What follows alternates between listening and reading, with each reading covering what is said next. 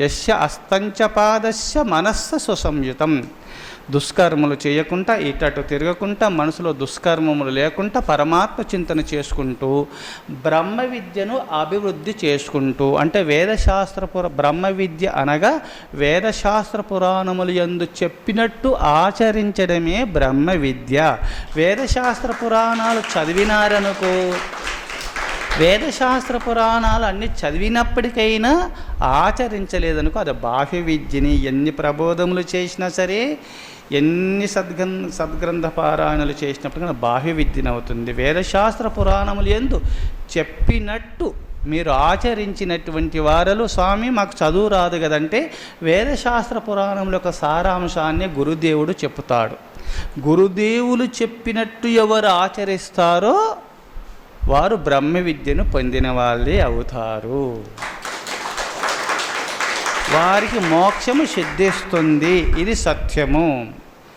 యస్త కర్మాజితేంద్రియ, అందుకోసమే యస్య అస్తంచ పాదస్య మనస్సు సుసంయుతం విద్యా తపస్య కీర్తిశ్చ.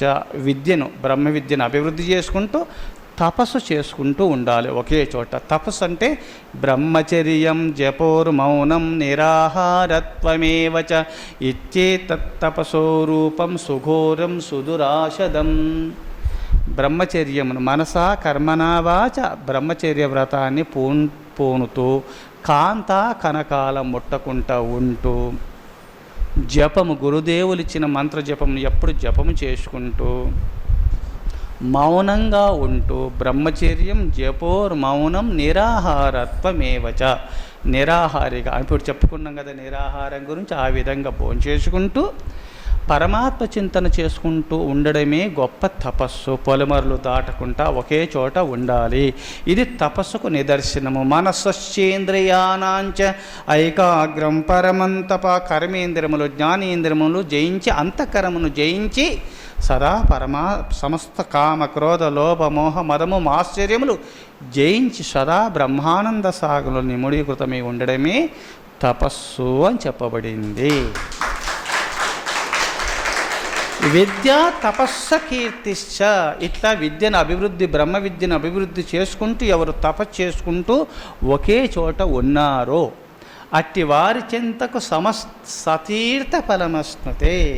సమస్త తీర్థములు వాళ్ళ చెంతకే ఉంటాయి, వాళ్ళ చెంతనే ఉంటాయి. అంటే వారిలోనే సమస్త తీర్థములు ఉంటాయి. ఇట్టి వ్రతములు పాటించిన వారు సమస్త తీర్థ స్వరూపుడై భాషిస్తాడు అని వేదవ్యాస మహర్షుల వారు చెప్పినారు. అందుకోసమే పుణ్యపురుషుల యందు సమస్త తీర్థములు ఉంటాయి. వారిని దర్శనం చేసుకుంటే చాలు, సమస్త తీర్థముల యొక్క సేవనము, స్నానము చేసి తీర్థము పుచ్చుకొని సమస్త తీర్థముల యందు స్నానం చేసి సమస్త క్షేత్ర దర్శనం చేసుకున్న సమస్త పుణ్యము ఒక్క సద్గురును దర్శనం చేసుకుంటే చాలు, ఆ పుణ్యం అందులో ప్రాప్తిస్తుందని ఎవరు యోగ వాసిష్టంలో వశిష్ఠ మహర్షుల వారు శ్రీరామచంద్రునికి చెప్పిన దివ్య సందేశము. సాధూనాం దర్శనం పుణ్యం స్పర్శనం పాపనాశనం సంభాషణం కోటి తీర్థంచ వందనం మోక్ష సాధనం.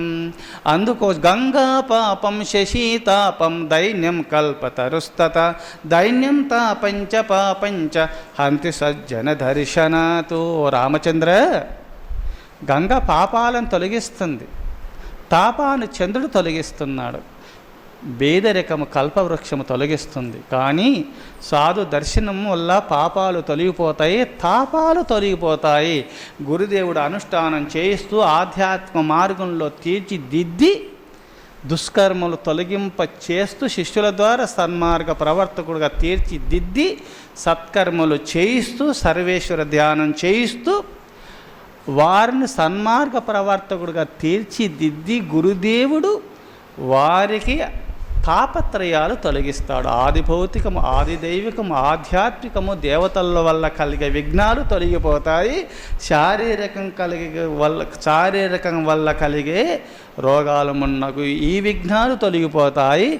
మనసులో కలుగుచున్నటువంటి విఘ్నములు కూడా తొలగిపోతాయి గురుదేవుల అనుగ్రహం వల్ల అని వశిష్ఠ మహర్షుల వారు శ్రీరామచంద్రునికి చెప్పిన దివ్య సందేశం ఇది. కల్పవృక్షము కేవలము దరిద్రాన్ని తొలగిస్తుంది, సంపదలు ప్రసాదిస్తుంది. కానీ గురుదేవుల అనుగ్రహం వల్ల గురువు చెప్పినట్టు ఆచరిస్తే ఏ సంపదను పొందుతారు? పరసంపదను పొందుతారు, అనగా మోక్షాన్ని గుణంగా పొందుతారు అని వశిష్ఠ యోగీంద్రుల వారు యోగ వాసిష్టంలో చెప్పిన దివ్య సందేశం ఇది. అందుకోసమే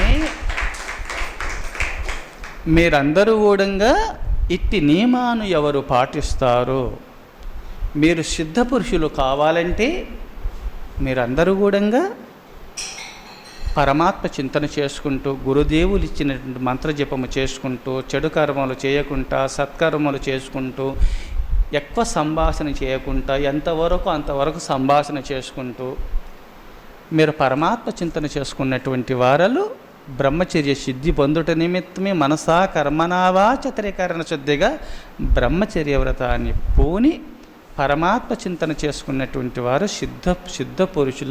సిద్ధ పురుషులై తీరుతారు అని వేదవ్యాస మహర్షుల వారు చెప్పినటువంటి దివ్య సందేశం ఇది. అందుకోసమే ఈనాడు కేవలం కల్పవృక్షము, కామధేనువు, చింతామణి ఇవన్నీ కూడా కామధేనుని అడిగితే చాలు అన్నీ ప్రసాదిస్తుంది. కల్పవృక్షాన్ని నీడకు వెళితే ఏది కోరుకుంటే అది ప్రసాదిస్తుంది. చింతామణి సమస్తము ప్రసాదిస్తుంది. కానీ కామధేనువు ఉన్న చోట అన్నీ ఉంటాయి, అన్ని సంపదలు ఉంటాయి. అట్నే సమస్త కామనలు, కోరికలు జయించి కామాన్ని జయించిన వారి చెంత కామధేనువు ఉన్నట్టే అన్నాడు మలయాళ స్వాముల వారు. వారికి అన్నీ సిద్ధిస్తాయి. వారికి ఈ లోకంలో ఇది లేదు అనేది సమస్తము ప్రాప్తిస్తుంది.